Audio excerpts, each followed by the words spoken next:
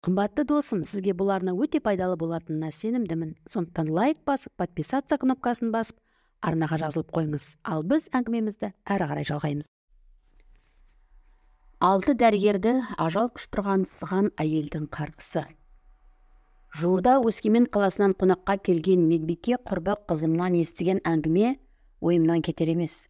Өмірде неше түрлі жағдайлар болады екен ау. Бұл ойдан шығарылған оқиға емес, өмірден шын болған оқиға. Құрбақ қызым әңгімесін бастап кетті. Облыс орталығында БСМП ауруханасы бар. Сол ауруханада біраз жыл жұмыс істедім. Осыдан 5 жыл бұрын бүкіл жұрттың есінде қалған жан түршігерлік оқиға болған еді. Бір күні ауруханаға қатты ауырып сығанның бароны түсті. Өкінішке қарай жасы келіп қалған баронды дәрігерлер аман алып қала алмады. Барон қайтыс болды. Қайтыс болғанын естіген баронның туыстары ауруханаға келіп, дәрігерлерді кінәлай бастады. Біраз уақыттан соң сығанның 3 әйелі шаштарын жайып жіберіп, қолдарын аспанға созып, өз тілдерінде бірдемелер оқып, су шашып аурухананы айналып жүріп алды.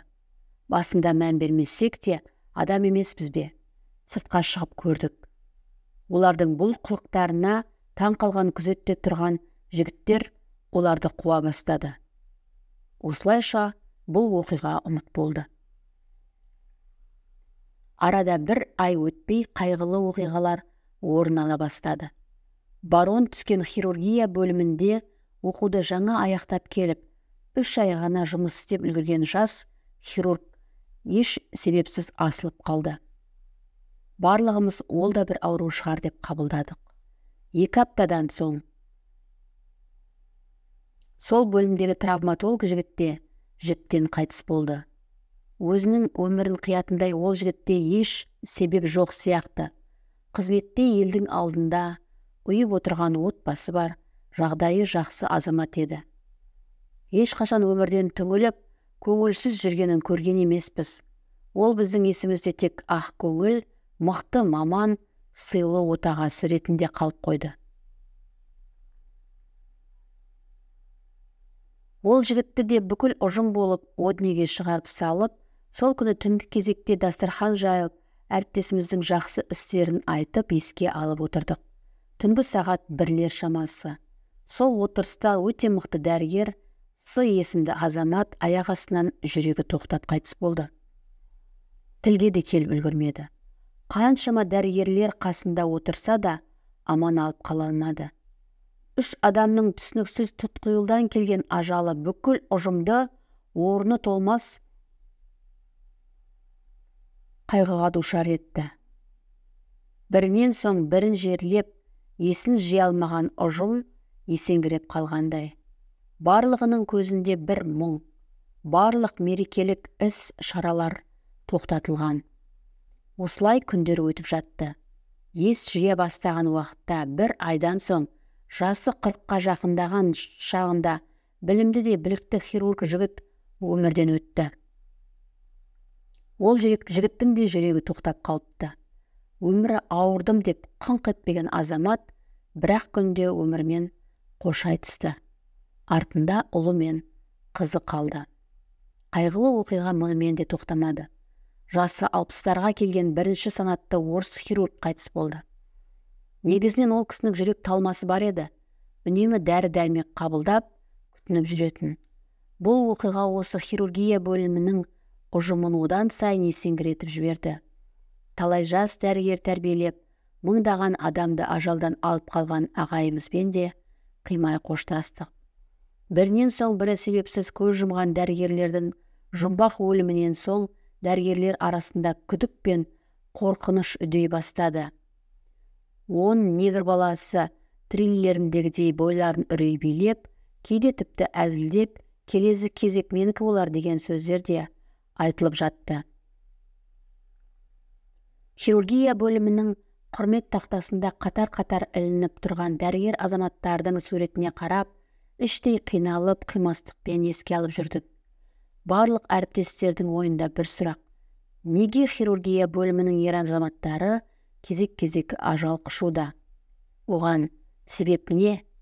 Бұл өлім тоқтайтын күн бар ма? Бұл жамандық осымен де тоқтамады.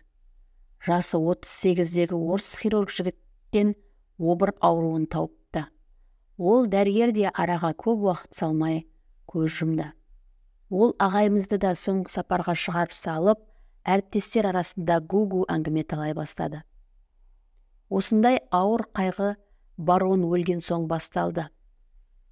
Сол жамандық 3 сыған әйелінен келді деген жорамалдар пайда болды. Шынымен де ойлана бастағандаймыз. Көбі орыстан кеткен халық ондайға сене бермейтін. Сап-сау жүріп, бір күнде ажал құшқан азаматтар өлімі сендірмей қоймады. Орыс пен қазақ араласқан ұжымдағы дәрігерлер ақылдаса отырып, жамандықты тоқтату шараларын іздей бастады. Барлық қарғыс туралы мәліметтерді жинап, мешіт пен шіркеуге барып, кеңес алып, қарғысты тоқтату жоралғыларын жасады. Орыстар шіркеуден поп, қазақтар мешіттен молда әкеліп, құрбандық шалып, Құран оқытып, дұға тіледі. Осыдан кейін жамандық түйілғандай болды. 2 айдан соң жасы үлкендеу анестезиолог дәрігер ағаның аяқ астынан қолын қотыр басты. Қабылдамаған емі бармаған жері қалмаған хирург келесі кезек менік шығар деп үнемі көңілсіз болып жүрді. Бірақ бір күні таңғажайып оқиға болып, аяқ астынан қотырлары өз-өзінен жазылып, орнында тек тыртық қалды. 1 айдан соң тыртықтың ізі де қалмады. Міне осылайша Американың «Пункт назначения» сериалының сюжетіне ұқсас оқиға менің көз алдымда болған еді. Сонымен 6 азаматтың өмірін алып, 1 азаматтың қолына жара шыққан жаман оқиға осымен тоқталды. Бірақ ондай мықты дәрігерлер ортамызда енді жоқ. Өкініштісі сол. Халық өмірін ажалдан арашылайтын ақ халатты абзал жандар өз өмірлеріне тосқауыл бола алмады. Әттеген-ай, осының бәрін ерте ойластырып, қан шығарып құрбандық шалып дұға жасағанда қайғылы оқиғалар болмас па еді деп ұжымдастарын өкінішпен айтып жүрді. Қазір біраз уақыт өтті.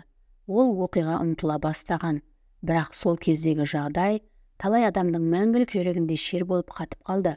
Жақсылығын аямаған науқастарға мейірімін төгіп, қол ұшын берген әріптестерді сағынатын кездеріміз де болды.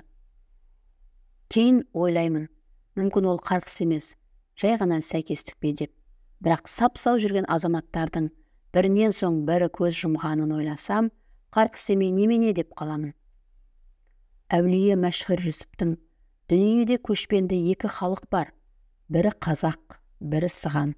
Сығанның дуасы, қазақтың батасы кәміл болады дейді. Сондықтан сығандардың жасаған жаман дуасының бетін қайтаратынына іштей қуанамын.